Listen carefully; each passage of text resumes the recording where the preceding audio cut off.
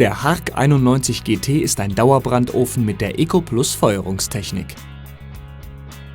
Der Kaminofen kann mit keramischen Ofenkacheln oder Speckstein verkleidet werden.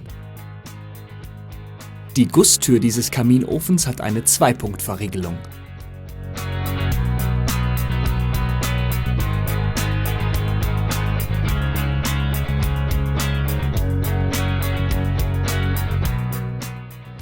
Hinter der Vortür befinden sich die Regler für die Primär- und Sekundärluftzufuhr sowie der Aschekasten.